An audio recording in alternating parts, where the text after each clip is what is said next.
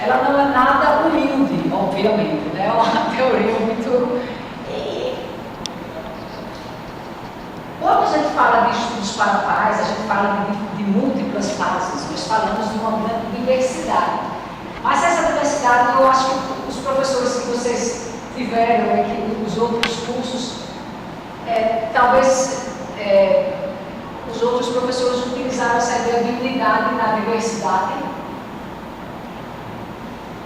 Sou familiar. Teve um módulo que foi exatamente justiça, unidade e transformação da ordem social, que foi terminando no curso. Ah, certo.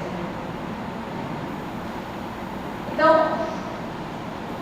a gente explica quem é o ser humano, a gente não explica, a gente poderia olhar quem é o brasileiro, quem é o americano, quem é o peruano. Poderíamos fazer essa análise. Mas a partir do...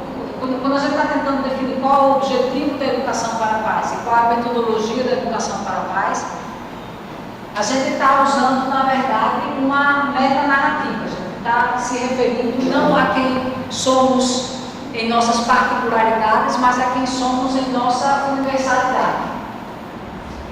Então, apesar de nossa diversidade, nós vamos enfocar aqui a nossa unidade. E ver como o reconhecimento dessa unidade é uma condição primordial para a expressão, para o exercício da diversidade. Alguma reflexão? Você vai saber que